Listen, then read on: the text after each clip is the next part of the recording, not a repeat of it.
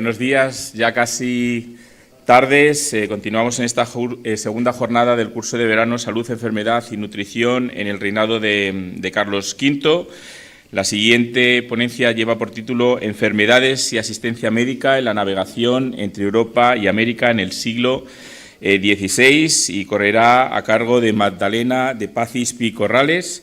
Ella es catedrática de Historia Moderna de la Universidad Complutense de Madrid, es autora de numerosas obras, libros y otras publicaciones, especialmente sobre el ejército y la marina en los siglos XVI y XVII, las relaciones hispano-suecas, las instituciones de seguridad y orden público en el siglo XVIII, además de otras obras. Es directora del título propio de especialista en historia militar entre el 2016 y 2018. También fue directora de la Cátedra Extraordinaria de la Complutense de Historia Militar entre el 2017 y 2023.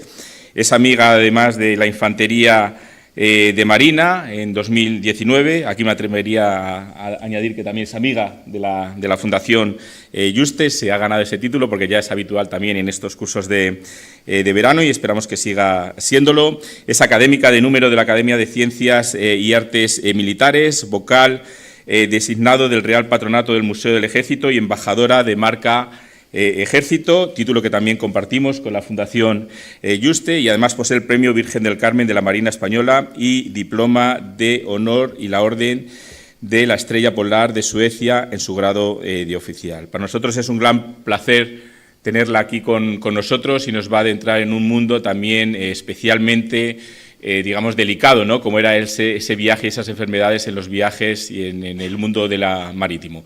Así que, sin más preámbulos, profesora Picorrales, tiene la palabra. Muchas gracias.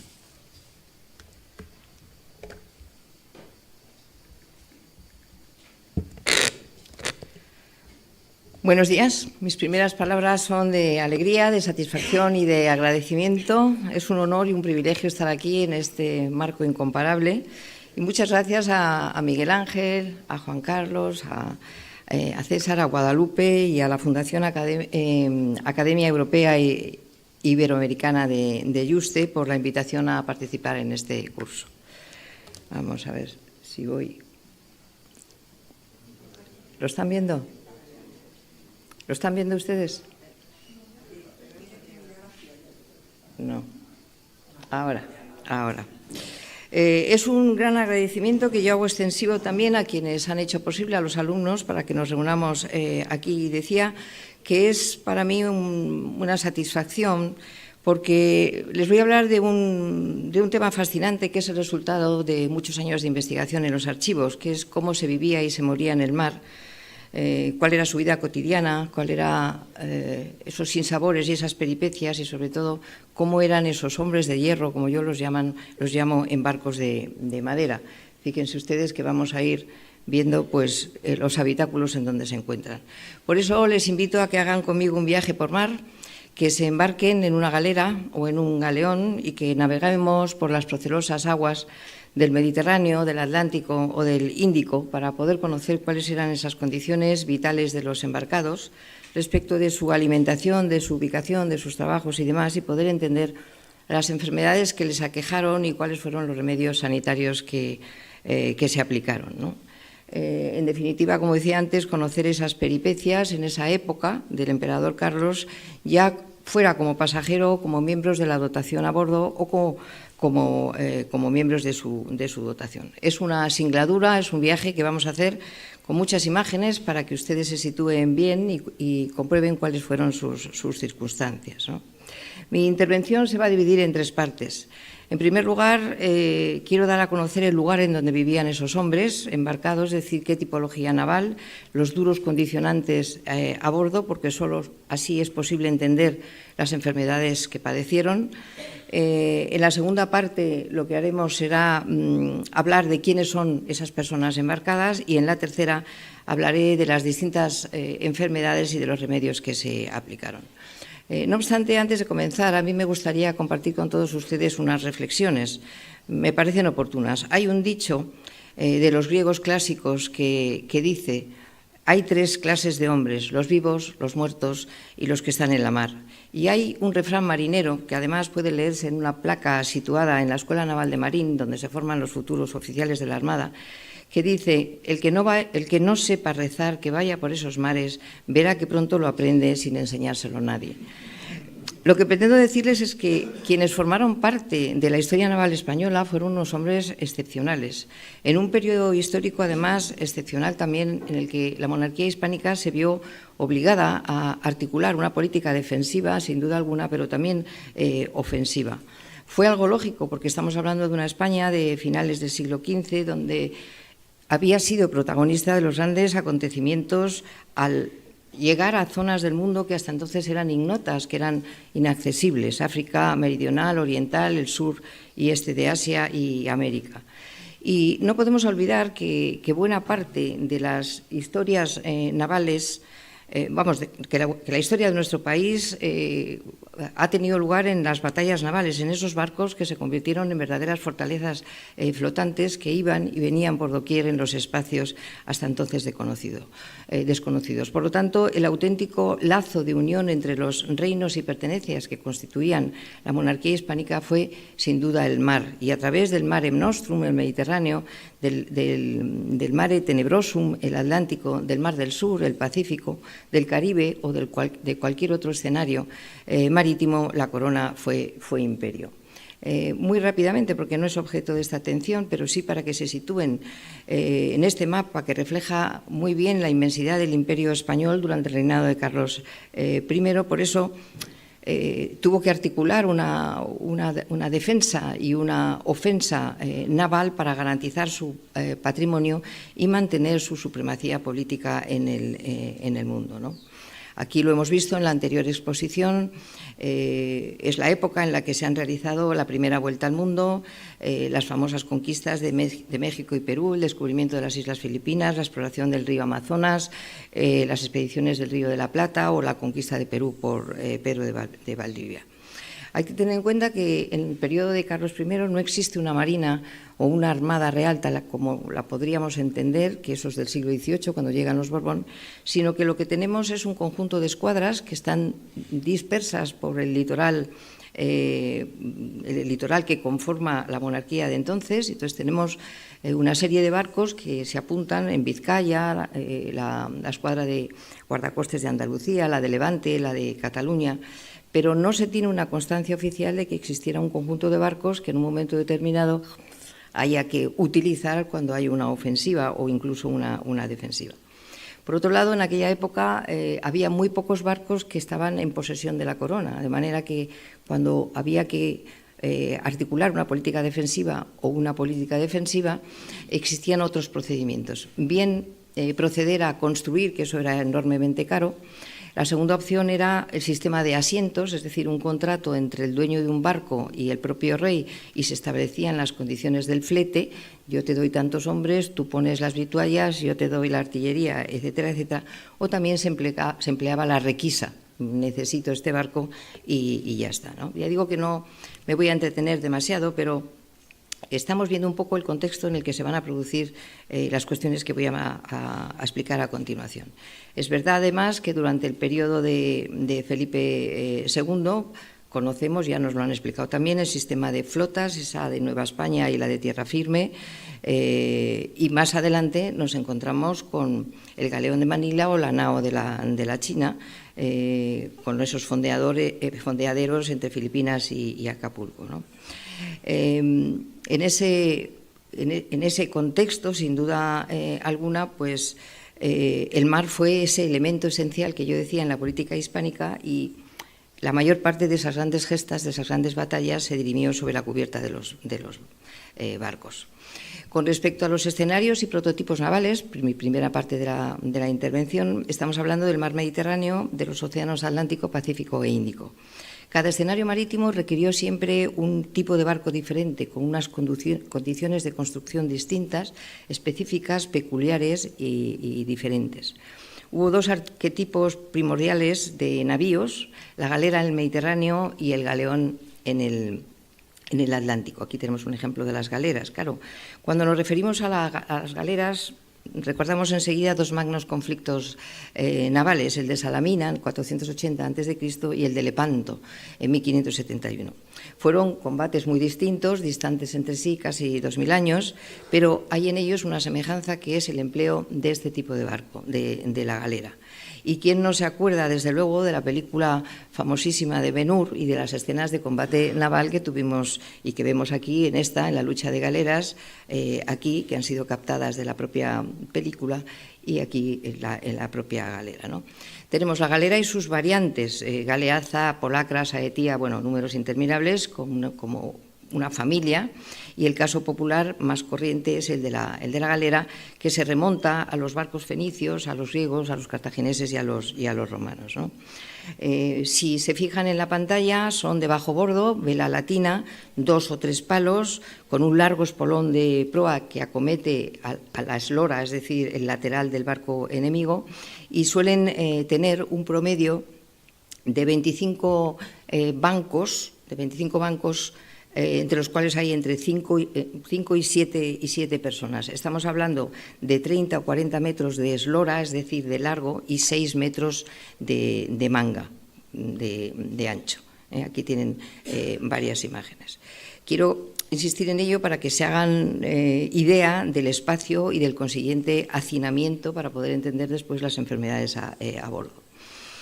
Y aquí tenemos lo que significa la proa y la popa de la galera. Esto es una imagen que está en el Museo Marítimo de Barcelona. Estamos hablando entre 100 y 110 gente de guerra y marinería, más 150 hombres de remo, 250, 260 hombres, ¿no? Y bueno, aquí un poco más adelante pueden ver cómo están situados los remeros, que están atados a sus bancos con una collera, que es un collar, y con los grilletes enganchados a su banco y en los pies, de manera que comen, reman, duermen y hacen sus necesidades exactamente ahí. Aquí lo tienen. Y luego tenemos los prototipos navales del otro gran escenario naval de la monarquía hispánica de los siglos XVI y XVII, que es, esto es una medida de la galera, siguen habiendo muchas. Aquí tenemos otro ejemplo, eso es lo que les decía, con lo que van atados a los bancos, y bueno, a Ben-Hur, por no poner Charlton Heston en esta imagen, ¿no? Y decía que el otro prototipo es el galeón. El galeón, fíjense que no tiene nada que ver con el tipo de embarcación que hemos visto, alto bordo, 2 o 3 puentes para la artillería, 3 mástiles o palos, se fijan, velas cuadras o cangrejas, estamos hablando entre 40 y 60 metros de largo y 10 o 12 de ancho, y con cabida pues para 250 soldados, más 70 marineros, más la oficialidad, y si se fijan es una propulsión bélica. No usaban remos y, por lo tanto, su gran capacidad de estiva y su eficaz armamento y asombrosa facilidad para la navegación, pues hicieron de este barco una potente máquina de guerra y seguro que del transporte más seguro para cubrir las largas distancias transoceánicas, ¿no? Aquí tenemos algunos otros ejemplos de galeones, imágenes en el mar, y esto es un corte en donde pueden ver cómo está almacenado todo lo que se lleva en él, en un galeón. Aquí hay otro corte que lo dice igualmente. Y bueno, estos barcos son los que acaban después desapareciendo porque son sustituidos en el siglo XVIII por otros tipos de barcos porque han evolucionado, navíos de línea, corbetas y fragatas, que son estas que no tienen nada que ver con las anteriores. ¿De acuerdo? Ya tenemos, por lo tanto, el habitáculo en donde se desarrolla la vida en el mar. Pero pasamos ahora a la segunda parte, en donde vamos a ver quiénes son los embarcados, es decir, quiénes forman parte de las dotaciones de los navíos. A bordo de un barco iba un personal muy variado, que podía ir o trabajando formando parte de su tripulación o de su guarnición, que utilizaba el buque como transporte para trasladarse a otras tierras o como vehículo de exploración y conquista, ¿no? En cualquier caso, era un personal que estaba muy jerarquizado, algo imprescindible si se tenía que conservar un orden y una norma durante la navegación y la estancia a bordo, porque hay que tener en cuenta que las condiciones de estrechez, la falta de higiene, las enfermedades, los peligros varios y otras circunstancias que acompañan a los embarcados en esas largas travesías y también en el tiempo y en la distancia, pues lo hacían más complicado, ¿no? Si hablamos, hubo 3 categorías de hombres, que son los hombres de mando, en primer lugar la gente de cabo y la denominada gente de remo o chusma. En el primer caso, hombres de mando, estamos hablando del capitán, del maestre, el piloto, contramaestre, el condestable, es decir, los puestos de cargo o responsabilidad. Después tenemos la gente de cabo, que a su vez está compuesta por lo que se llama la gente de guerra, si es una armada de guerra, y por lo tanto tenemos a los aventureros, a los tercios del mar, a los tercios embarcados, y tenemos la gente de mar, que son los artilleros y los marineros. Y tenemos, en tercer lugar, a la llamada gente de remo, a la gente de chusma, que solamente está en las galeras, es decir, en aquellos barcos que necesitan de propulsión rémica para poderse desplazar. Esos, a su vez, la gente de remo, se divide entre los voluntarios, buenas boyas, porque son galeotes que son voluntarios que una vez que han cumplido su condena deciden quedarse por un sueldo y negocian ese sueldo, y después están los llamados forzosos, y dentro de los forzosos tenemos los que se llaman galeotes, es decir, los condenados porque son ladrones, bígamos, blasfemos, desertores, vagamundos, como se les llama en la época, y como ya he explicado, unas condiciones dificilísimas para vivir allí porque hacen de su casa el banco en donde tienen que proceder a todo. Las penas normales iban desde los 2 hasta los 10 años, pero nadie resistía 10 años en galeras. Lo más normal es que fueran 4 con suerte y como mucho 6. Por eso el refrán que ha citado Cecilio con anterioridad y que era muy común, la vida en la galera, dela Dios a quien la quiera, porque nadie la quería, ¿no? Y además de los forzados tenemos los esclavos, es decir, los infieles, los cautivos que habían sido tomados o hechos prisioneros en el transcurso de una batalla. Pero bueno, dependiendo si el barco tenía personal embarcado o no, pues tenemos también a otros elementos que forman parte de esos barcos, que están los pasajeros, es decir, esa tripulación que se anima a ir a hacer viajes oceánicos, y junto con los pasajeros están esos tripulantes y esa gente de mar que se encarga de las tareas propias marítimas. Y si el barco es de guerra, pues entonces hay que añadir lo que he dicho antes, que son a esos soldados, a esa gente de guerra. Y después muchas personas me preguntan, bueno, ¿y había mujeres? Bueno, hay disposiciones reales que se prohíbe que una mujer vaya a bordo. Sí se sabe del caso de algunas, hay incluso en la época de la Gran Armada de 1588, la mal llamada Armada Invencible, hay una nave de los casados, o sea que sí que hubo mujeres, y en particular en esta época, en la batalla de Lepanto, hubo una, que hay un testimonio de un combatiente, se llamaba María la Bailaora, que supuestamente enamorada de un soldado, pues se vistió de hombre y embarcó. Y bueno, fue herida y al curarse se descubrió que era una mujer, pero don Juan de Austria, por su valor y su arrojo a la hora de defenderse contra los otomanos, pues le concedió la posibilidad de mantenerse. O sea que mujeres sí también hubo. Por otra parte, hay que tener en cuenta lo que he dicho antes, pasaban largos meses de servidumbre marítima y que esa singladura era un negocio o un ejercicio desesperado, aterrador, por lo que las dotaciones no siempre estaban integradas exclusivamente por individuos de gran aptitud marinera o naval, porque hubo malhechores, facinerosos, maleantes, aventureros, aldeanos que se escapaban de su existencia, de su rutina familiar, y, por supuesto, también había convictos. A esa aglomeración, a ese hacinamiento de las naves se añadía, por regla general, la escasez de provisiones, como veremos, la falta de agua, la insuficiente e inadecuada atención sanitaria y médica, y, por lo tanto, el diario vivir de aquellos hombres de hierro que he dicho antes en buques de madera resultaba sumamente difícil. Como al principio de mi intervención les he invitado, y siguen ustedes embarcados conmigo en una galera o en un galeón, pues ustedes deben imaginarse esto, que la vida en el mar nunca fue fácil, que a la inmensidad del mar hay que añadir la soledad. Estar embarcado en una galera o en un galeón significaba pasar dilatados periodos a bordo, sometidos a inclemencias meteorológicas, consumiendo el tiempo por aburrimiento o porque la brisa no daba para seguir navegando, soportando un temporal, padecer los problemas propios de la convivencia común entre la tripulación, los marineros, los infantes que se llevaban entre ellos de horror, el reparto de quehaceres o la monotonía previa a la acción de combate, y pasaban naturalmente extensas jornadas de holganza. Es verdad que algunos se adiestraban para una posible intervención. También es cierto que pasaban muchas horas al tiempo libre y entonces leían, escribían, jugaban a los naipes, teóricamente prohibido, a la taba, se dedicaban a rezar, a hacer representaciones teatrales, pero en fin, el alejamiento en la vida en familia, la carencia de ese inadecuada atención higiénica o la inmundicia a bordo son las que ustedes tienen que situarse, que son esos elementos tan fundamentales. Y ni qué decir tiene el hacinamiento, la falta de espacio, la pestilencia de los embarcados, el sonido atronador, el humo, el combate, la confusión, los gritos, el estruendo, las tormentas, como he dicho antes, el bullicio, el pavor, la oscuridad, los siniestros en el mar. Aquí tienen una imagen de lo que puede ser un naufragio. La mayoría de los embarcados no sabían nadar, o el estallido de la Santa Bárbara, del lugar en donde se almacenaba la artillería, con los consiguientes incendios. Bien, para poder entender la muerte en el mar, el resultado de las enfermedades a bordo, pues es preciso comprender también la vida en el mar.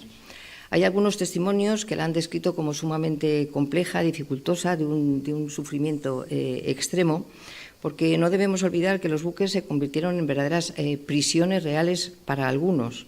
Espacios pequeños, largo tiempo de travesía, se luchaba contra la incomunicación, el aislamiento, la desconfianza, el hastío, la hambruna, la deshidratación, etcétera, etcétera. A este respecto, un dominico español, Fray Tomás de la Torre, que decía: primeramente, el navío es una cárcel muy estrecha y muy fuerte, en donde nadie puede huir, aunque no lleve grillos ni cadenas, y tan cruel que no hace diferencia entre los presos, igualmente los trata y estrecha a todos. A esta situación debe añadirse el hecho de que cohabitaban además con bestias vivas, gallinas, conejos, cerdos, cabras, aves que vagaban por el exterior o por el interior del buque. Y con ello pasamos ya a la tercera parte de mi intervención, para poderles hablar de esas enfermedades que hubo a raíz de las condiciones que vamos a ver. Miren, yo he hecho una lista: disentería, tifus, fiebre amarilla, cólera, sarampión, viruela, infección de heridas, por supuesto, escorbuto, septicemias frecuentes. Claro, a eso hay que añadir el calor, el frío durante las tempestades, la rotura de los mástiles, los heridos que provocaba. Imagínense una situación de esta naturaleza, el movimiento violento de la carga, que provocaba accidentes con frecuencia mortales o que podían encallar los propios barcos. Aquí tenemos más imágenes de la época. O es el caso del agua de la sentina, es decir, el depósito donde se recogían las aguas sucias que se producían en el barco, del lavado, del oleaje o de la lluvia, y esta mezcla de agua con impurezas, con calor y con falta de ventilación, pues evidentemente las aguas se pudrían, provocaban unos olores malsanos, insoportables, que tenían que respirar los tripulantes. A esta realidad también se añadió la sed y el hambre, que originaron deshidratación, desnutrición y numerosas enfermedades. La salud ya se resentía en el viaje, y a menudo la pérdida de la salud física implicaba o llevaba consigo un sufrimiento mental, y por eso en los viajes se solía solicitar gente de edad juvenil, con síntomas de buena salud y con aptitud para enfrentarse a muchas dificultades. Pero fueron pocos los que pudieron escaparse de las epidemias, las pestes, las disenterías y otras enfermedades, ¿no? Decía antes, la sed y las frecuentes hambrunas. Estaba estipulada la ración de comida y bebida. Las provisiones que se llevaban en los barcos estaban bien organizadas, eran bastante variadas, tenían los aportes calóricos y nutricionales adecuados, porque se trataba de proporcionar un equilibrio entre hidratos de carbono, prótidos y grasas, a fin de abordar o de enfrentarse a cualquier situación a bordo. Pero el inconveniente era que estaban muy descompensados. Había víveres frescos, pero las provisiones se pudrían, y al ser largas las travesías lejos de la costa y pasar meses embarcados, pues resultaba todo ello una situación bastante dificultosa. De toda esta información, entre otros, nos informa la navegación que realizó Elcano en la nao Victoria por el Índico y por el Atlántico desde septiembre de 1521 hasta septiembre de 1522, donde dice que la podredumbre, la contaminación de los víveres, la falta de líquidos, la existencia de ratas y gusanos, entre otras cosas, fueron el pan nuestro de cada día. Ahora volveremos sobre ello. Algo muy parecido ocurría en las empresas o jornadas navales. Claro, la sed, las frecuentes hambrunas que padecían les obligaron a comer y a beber todo aquello a lo que no estaban acostumbrados, pero que con ello llenaban los estómagos, es decir, toda clase de hierbas, animales vivos sin discriminación. Valía bien un pescado que pillaran, una langosta, pero culebras, ratones y ratas, y en ocasiones hasta zapatos, cueros o un caballo, pues ya resulta mucho más difícil.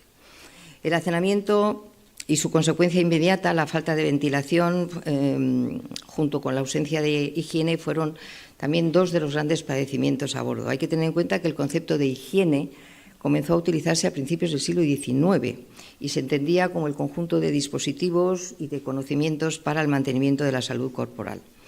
A este respecto, y para el siglo XVI, pues los documentos que hemos encontrado en los archivos van dirigidos sobre todo a la higiene en los grupos burgueses y nobiliarios, que eran los que sabían leer. Y estos documentos hacen alusión al agua, pero un agua que estaba previamente tratada en alambique de vidrio, nunca recogida porque podría pudrirse en vasijas de cobre, de plomo o de estaño. Y en el caso del aire, pues si se producían epidemias o pestes, debía evitarse a toda costa los lugares sin ventilación. Por eso el recurso a los perfumes, a los aceites, a los cosméticos que ya utilizaban los egipcios y los mesopotámicos, que eran teóricamente los eficaces correctores de los aires malignos y pestilenciales para alcanzar un mejor olor. Yo quiero pensar entre la mezcla de lo sucio y de los aceites cómo era aquello. Luego, la higiene corporal era nula, no existía tal y como hoy la entendemos. El baño de agua en la higiene individual no era recomendable, era incluso peligroso para la salud. En la concepción de la época, el baño caliente abría los poros de la piel y entraban las infecciones. Y eso provocaba que se incorporaran en la piel las enfermedades del aire. Los galenos nunca aconsejaban eliminar la inmundicia, porque pensaban que no haciéndolo no picarían los piojos, las pulgas y los ratones que convivían con los embarcados, aunque, como bien sabemos o podemos deducir, se arriesgaban a una infección continuada.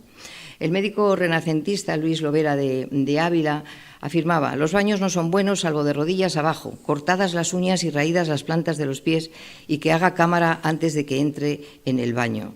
Luego añadía: el baño destruye las fuerzas, escalienta el cuerpo demasiado, algunas veces causa desmayo, conmueve a vómito, hace descender los males humores en breve y los perturba y mueve, y hace otros muchos daños y muchos más si se toma después de comer, salvo aquellos que quieren ser gordos. Imagínense la concepción de la época, ¿no? Y después continuaba diciendo: porque si es caliente, se refiere al baño, causaría lombrices en el vientre, máxime si se lavan después de comer. Bueno, lo curioso es que también la Iglesia se manifestaba en contra de la higiene particular como una forma, fíjense, de preservar la pureza y la honestidad de las personas. De ahí ese procedimiento a las limpiezas secas, es decir, limpiarse, restregarse con tejidos secos y, bueno, emplear, como he dicho antes, esos aceites, esas esencias, igual que en tierra. Ni qué decir tiene que ese hacinamiento y esa ausencia de higiene pues provocaba numerosas enfermedades. Bueno, por otra parte, el hedor resultaba insoportable, los embarcados acostumbraban a soportarlo, pero se ha calculado que el habitáculo de un barco podría ser una casa de 150 metros para vivir 100 personas varios meses. 150 metros, 100 personas varios meses. Claro, la higiene personal ya decía que no se aplicaba, entonces solo se podían lavar con agua de mar, se aprovechaba los chaparrones o ese agua de mar, pero claro, era difícil bañarse en plena oscilación en el navío, ¿no?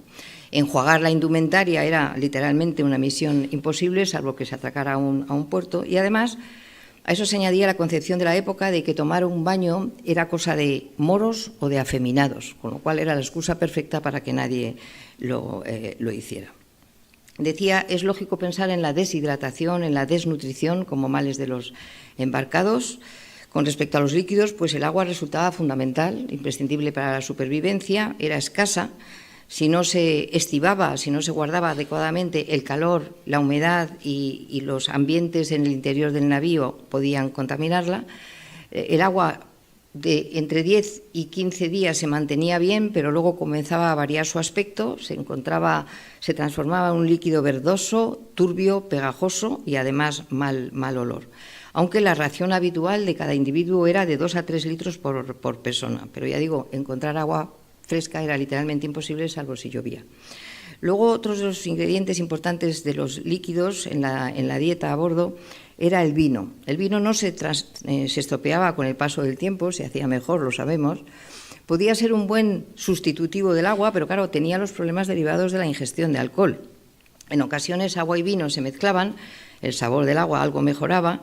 La ración diaria era 1 litro de vino al día por persona, me dirán ustedes, bien, pero era por el aporte energético que daba, aunque después de una jornada naval pues había una ración extra. Además de vino tinto, blanco y dulce andaluz, se llevaba cerveza, pero los documentos lo llaman esa especie de fango verdoso que se mareaba en el mar. Ustedes imaginan una cerveza en esas condiciones. Se repartía igualmente vinagre, 3 litros mensuales por individuo, que servía para potenciar los alimentos y también como antiséptico y, por supuesto, aceite. La putrefacción del agua nos la explica muy bien con una gran socarronería Antonio de Guevara, que dice así, es un franciscano del siglo XVI. Dice, nadie al tiempo de comer pida agua clara, delgada, fría, sana y sabrosa, sino que se contente, y aunque no quiera, con beberla turbia, gruesa, cenagosa, caliente, desabrida. Verdad es que a los muy regalados les da licencia el capitán para que al tiempo de beberla con una mano atapen las narices y con la otra lleven el vaso a la boca. Debía ser una cosa realmente dantesca. Con respecto a la desnutrición, según los datos teóricos aceptados hoy en día, un hombre es capaz de sobrevivir algo más de 60 días sin comer en reposo. Pero es evidente que los embarcados, sobre todo los marineros, no podían guardar reposo, tenían que estar trabajando siempre, consumiendo calorías, con una salud muy quebrantada por todo lo que acabamos de describir, ¿no? La falta de comida, el hambre, el terrible mal que hubieron de padecer fue la fuente fundamental de desnutrición de los embarcados y la principal causa de su muerte. Y claro, con la desnutrición venía la apatía, la dificultad para moverse, para realizar trabajos propios del barco, la consiguiente pérdida de peso. La dieta alimenticia, desde luego, no era el ideal, ni la gente se animaba por esa razón para subirse a un barco, ¿no? Pero quizá era mejor si se comparaba con la mísera existencia de la que procedían algunos, ¿no?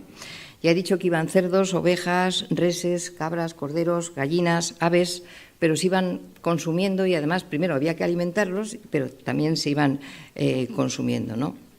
Por eso la mayoría de los alimentos que se embarcaban se embarcaban secos, ahumados o en salazón.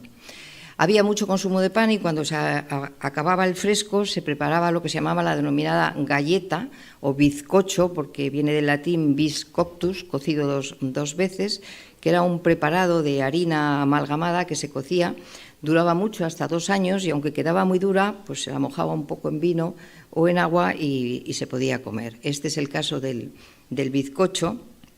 Se enfriaba, unas veces adoptaba una forma circular, otras veces cuadrada, se guardaba en sacos para evitar la humedad y bueno, servía de aporte alimenticio, ¿no?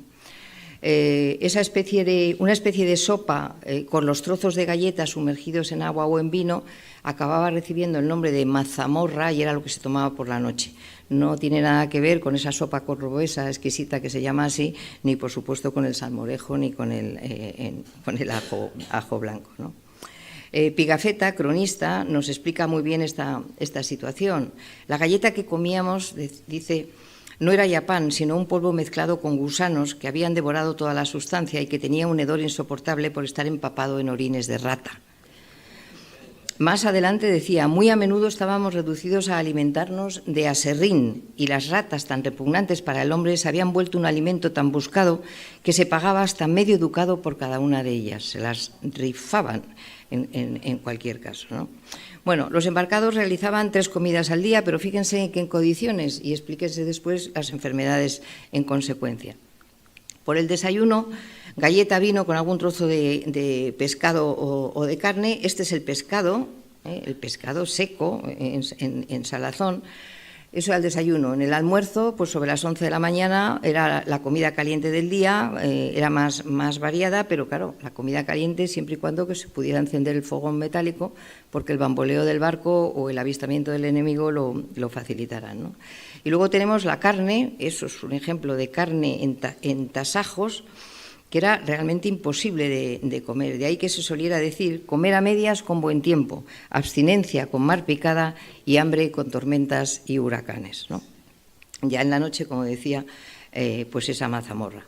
Un ingrediente bastante básico fue el queso de vaca y de cabra, por su alto grado de conservación, podía ser una buena alternativa a la carne o el pescado, pero se convertía era tan duro que la gente tallaba figuritas y animales porque era imposible, se partían los dientes. Es decir, la calidad de los alimentos dejó mucho que desear y sus condiciones de salubridad y de descomposición, la inexistencia de unas formas de conservación lo hicieron muy difícil, ¿no?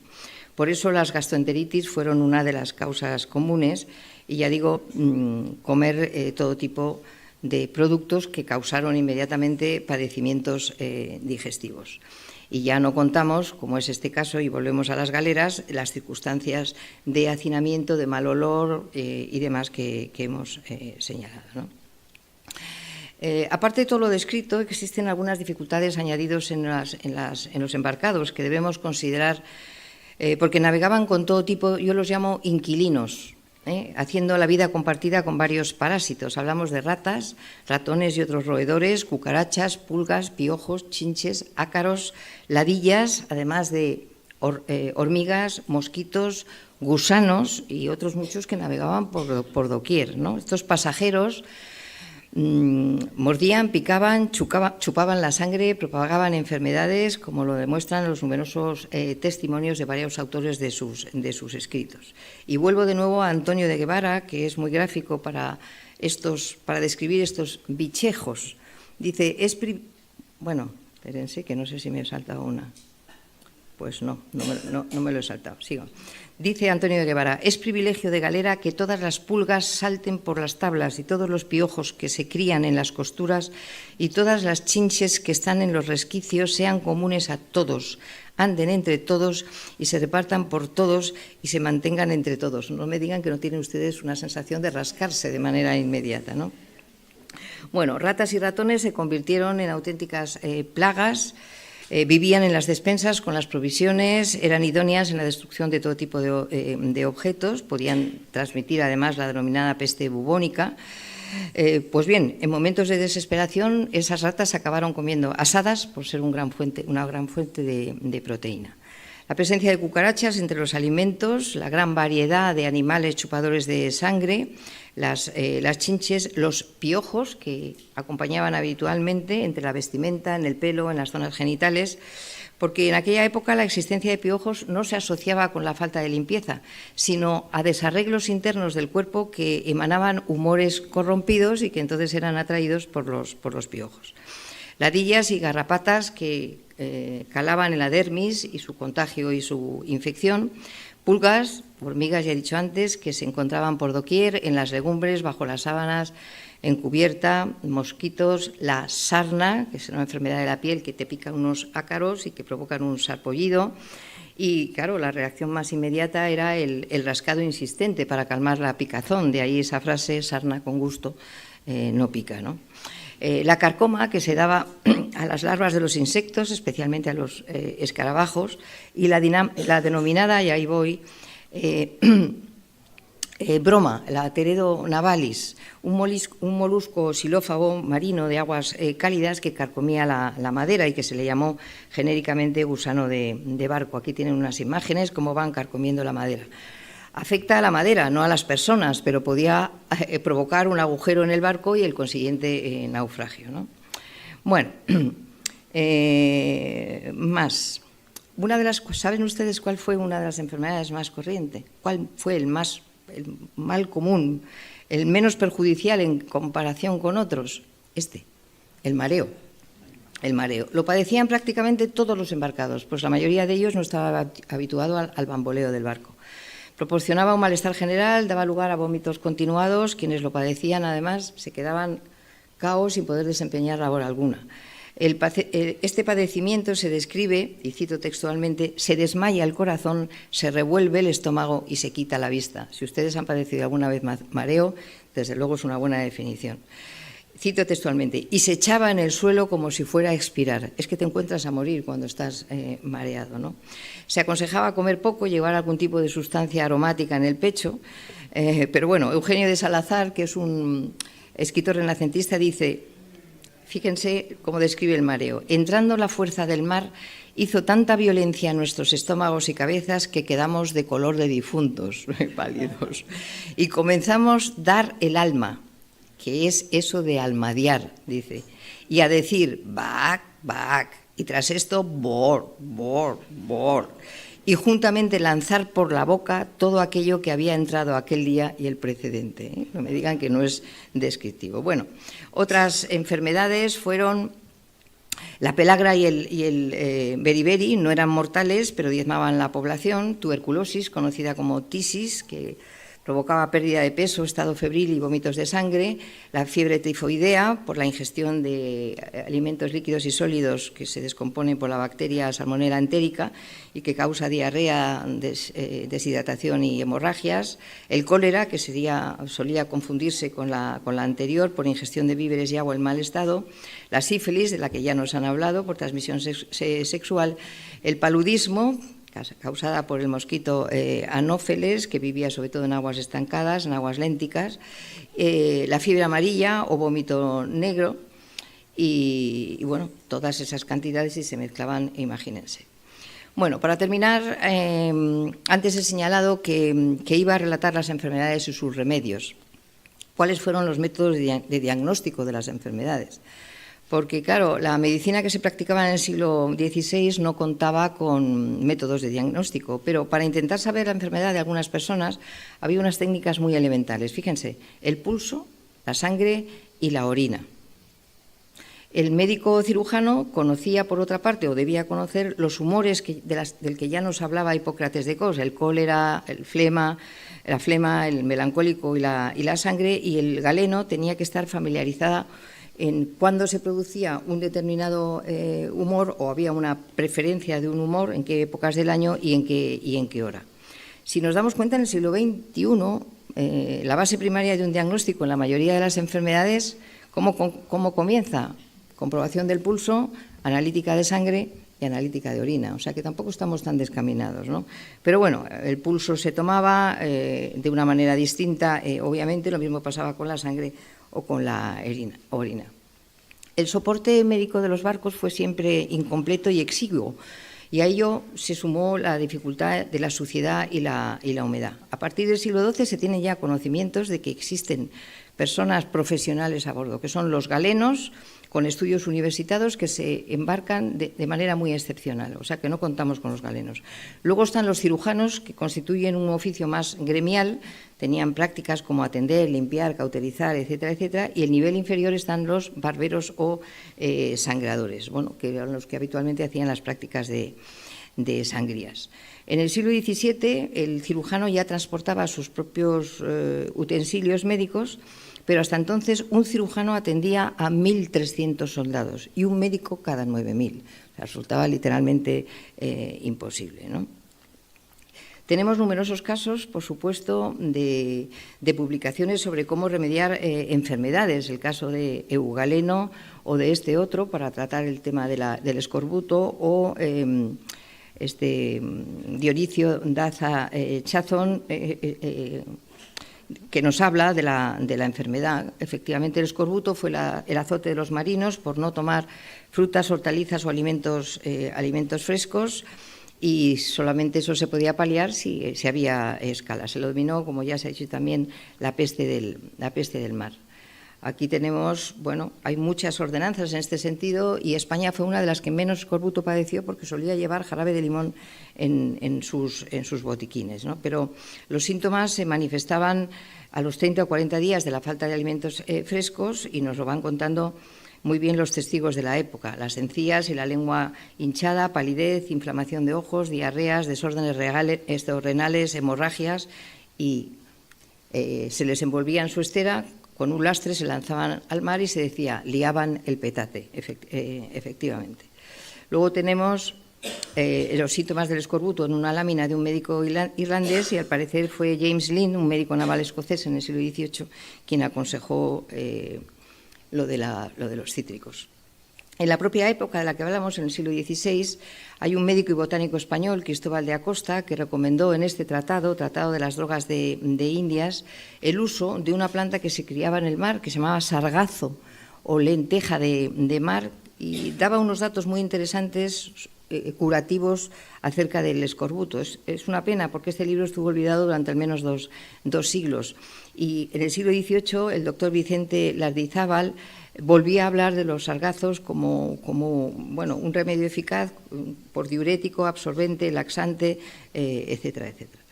Luego se aplicaban otro tipo de remedios. En las contusiones, por ejemplo, por descarga se aplicaba la mutilación, la escarificación de lesiones con aleación candente o con grasa ardiendo. No se utilizaba la anestesia, que lo inventó un dentista estadounidense, Horace Well, que utilizó por primera vez la anestesia en odontología, especialmente con óxido de nitrógeno, hasta que hubo este médico, William Morton, al que se debe la paternidad de la anestesia, porque un 16 de octubre de 1846 pudo usar el éter inhalado como anestesia quirúrgico, ¿no? Y, bueno, los numerosos casos, se aplicaban paños untados de sebo animal para taponar heridas, se maceraban con vino, menos doloroso, pero desde luego con mayor riesgo de secreción y de putrefacción. Y aquí tenemos muchos ejemplos. Me quedan 5, ¿eh? Vale.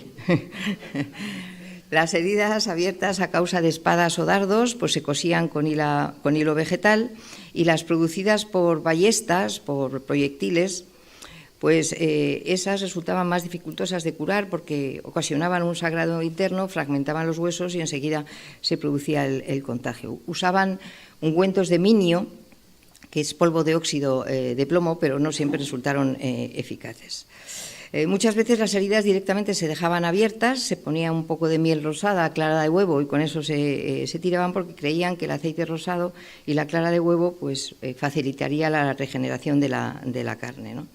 Pero las heridas por flechas envenenadas con curare o con otras hierbas eran fatales. Se cauterizaba la herida, la carne afectaba y luego se tapaba con telas empapadas en vinagre, porque podía ser de alguna manera más terapéutica, ¿no?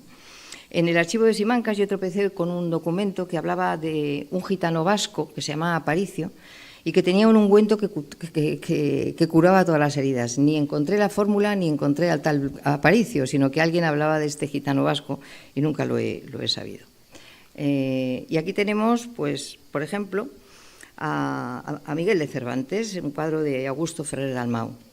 Recibió 2 heridas de bala en el pecho, otra en la mano izquierda. Las 2 primeras no debieron ser importantes porque la historia nos cuenta muy poco de ellas, por lo que presumiblemente su curación tuvo que evolucionar con normalidad y aplicándose en ellas los remedios de entonces. La herida de la mano sí que fue muy grave, estuvo convaleciente en el hospital de Mesina, como todos sabemos, por espacio de 7 meses. Terminó con la mano izquierda sin movimiento, inutilizada, como él mismo nos lo relata en los versos del Viaje al Parnaso. Pero aunque es conocido como el manco de Lepanto, no deja de ser un error porque su mano izquierda no llegó nunca a amputarse. Nunca se ha escrito sobre el tratamiento que se dio a esa herida. Y termino ya. Hemos visto la fatiga, la mala o deficiente alimentación, el agua corrompida o su escasez, el excesivo calor, la humedad, el hacinamiento, los accidentes, la falta de una adecuada atención sanitaria, los mosquetazos, los arcabuzazos.